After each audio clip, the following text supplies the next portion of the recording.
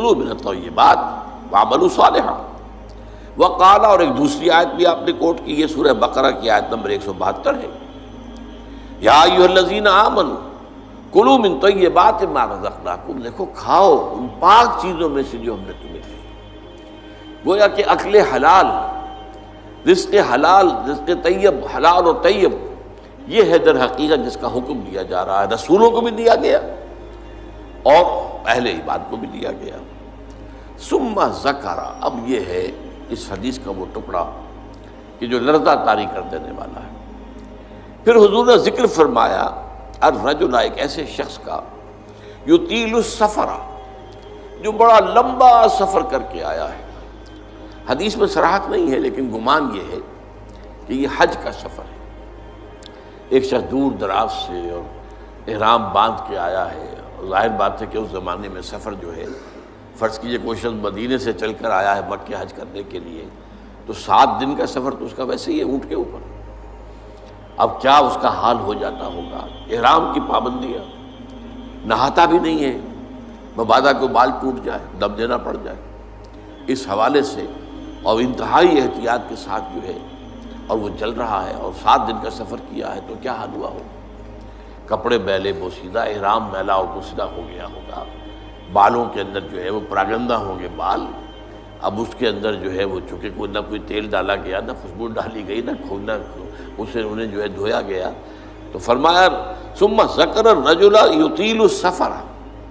اشعث اغبر، بال پراگندہ بھی ہے اور غبار آلود بھی ہے، اونٹوں پر سفر کیا ہے۔ اور ظاہر بات ہے کہ قافلہ جب چلتا ہے اونٹوں کا تو اگلا اونٹ جو ہے وہ جو خاک اڑاتا ہے وہ پچھلے اونٹ کی سواری کے اوپر آئے گی لازماً۔ گھوڑے جب دوڑتے ہیں تو ان کے سموں سے دوڑنے والی خاک ہے وہ ظاہر بات ہے کہاں جاتی ہے، سواروں پر بھی آتی ہے۔ یمد یدیہ الی السماء، وہ اپنے دونوں ہاتھ اٹھاتا ہے آسمان کی طرف، یا رب یا رب، اے میرے پروردگار، اے میرے پروردگار۔ اب اس میں میرے سامنے جو نقشہ آتا ہے وہ تو جبل رحمت، اب وہاں پہنچنے کے لیے لوگ بڑی محنتیں کرتے ہیں، یہ کہ وہ چھوٹی سی پہاڑی ہے اس پر جانے کے لیے، اور وہ کہیں سب سے اونچی چوٹی پر پہنچ کر کوئی شخص ہاتھ اٹھا کر کھڑا ہے، یمد یدیہ الی السماء یا رب یا رب، یا فرض کیجئے کہ وہ بیت الحرام میں ہے، مسجد حرام میں ہے، خاص خانہ کعبہ کے سامنے پکار رہا ہے اللہ، وَمَطْعَمُهُ حَرَامٌ، حال یہ ہے کہ جو اس کا کھایا ہوا ہے پیٹ میں وہ حرام ہے،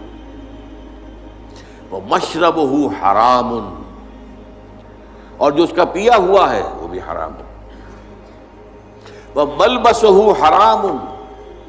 اور جو اس کا لباس ہے احرام، بہت قیمتی تولیوں کا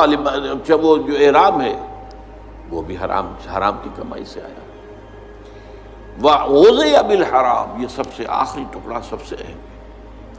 حرام کے ذریعے ہی غذا پائی ہے اس نے،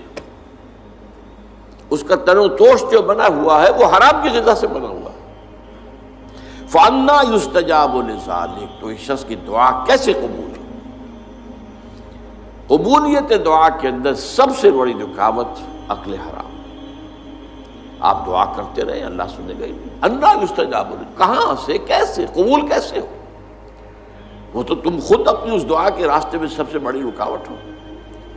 تم اپنی آمدنی کا جائزہ لو، غور کرو، اس میں کمائی کے اندر کوئی حرام تو شامل نہیں ہے، کوئی ناجائز طریقہ تو شامل نہیں ہے، کوئی براہ راست سود کا عنصر تو نہیں ہے، بالواسطہ سود جو ہے وہ تو نہ میں بچا ہوا ہوں نہ آپ بچے ہوئے، پورا ہمارا معاشی نظام جو ہے وہ سود پر مبنی ہے۔ ایک گندم کا دانہ بھی ہم کھاتے ہیں تو اس میں سود ہے، اس کے لیے بیج خریدا گیا سودی قرضے پر، اس کے لیے فرٹیلائزرز خریدے گئے سودی قرضے پر، اس کے لیے پیسٹی سائڈز خریدے گئے سودی قرضے پر، ٹریکٹر خریدا گیا سودی قرضے پر، تو ایک ایک دانے میں سود ہے، وہ سود تو میرے اندر جا ہی رہا ہے، اس کے بغیر تو چارہ نہیں ہے۔ یا ہوا میں، جیسے کہ حضور نے فرمایا صلی اللہ علیہ وسلم کہ ایک زمانہ آئے گا کہ چاہے کوئی شخص سود کھائے گا نہیں، لیکن سود کا غبار یا دھواں، غبار یا دخان کا لفظ ہے دھواں، اس کے اندر ضرور جائے گا۔ فرض کیجئے کہ فضا کے اندر ڈسٹ سسپینشن ہو گئی ہے، گردہ ہے، اب ظاہر بات ہے سانس تو آپ کو لینا ہے، سانس تو لینا چھوڑ نہیں سکتے، آپ مر جائیں گے، کیسے ہوگا؟ سانس کے ساتھ غبار لازم بن جائے گا، اندر پھیپھڑوں میں جائے گا، کوئی آپ کو روکنے کا کوئی ذریعہ آپ کے پاس نہیں ہے۔ یا کہیں جو ہے جو دھواں بھر گیا ہے، فرض کی جیسے آگ لگتی ہے بڑی اونچے ہوٹلوں کے اندر، 14ویں منزل کے اوپر جو ہے آگ لگی ہے، کمروں کے اندر دھواں بھر گیا، کہاں جائیں لوگ؟ 14ویں منزل سے چھلانگ لگائیں تو ویسے ختم، ہڈیاں جو ہے اس کا چورا ہو جائے گا۔ بہرحال جو بھی شکل جو بیتتی ہے، تو سانس تو لینے پر مجبور ہے، جب تک بھی سانس آئے تو دھواں اندر جائے گا۔ یہ دور وہ ہے کہ جس کی فضا میں سود موجود ہے، اور وہ فضا کے اندر جو سود ہے وہ ہم سانس لے رہے ہیں تو ہمارے اندر جا رہا ہے۔ اس پہلو سے بالواسطہ انڈائریکٹ سود سے تو آج کوئی بھی بچا ہوا نہیں، البتہ ڈائریکٹ سود جو ہے وہ تو ظاہر بات ہے کہ آپ کی مرضی سے ہے۔ آپ نے سودی قرضہ لیا ہے اپنا کاروبار بڑھانے کے لیے، بھائی جتنی پونجی تمہارے پاس ہے اس سے کاروبار کرو، اگر بہت تھوڑی پونجی ہے تو سر پر اٹھاؤ کوئی ٹوکری پھل کی اور بیچو، اگر اس سے زیادہ ہو جائے تو چلو وہ ریڑھی لے لو، اس سے زیادہ ہو جائے کھوکا بنا لو، اس سے زیادہ ہو جائے دکان بنا لو، اس سے زیادہ ہو جائے ایکسپورٹ امپورٹ کرو، لیکن رہو اپنی چادر کے اندر جو تمہاری اپنی پونجی ہے۔ بینک سے قرض لے کر اپنا کاروبار پھیلانا یہ تو تمہارا اپنا انٹینشنل، تمہارے اپنے چوائس کا فیل ہے، اس پر تم پکڑے جاؤ۔ مکان ہے، بڑی عالیشان کوٹھی بنانی ہے، عالیشان محل بنانا ہے، قرض لیا۔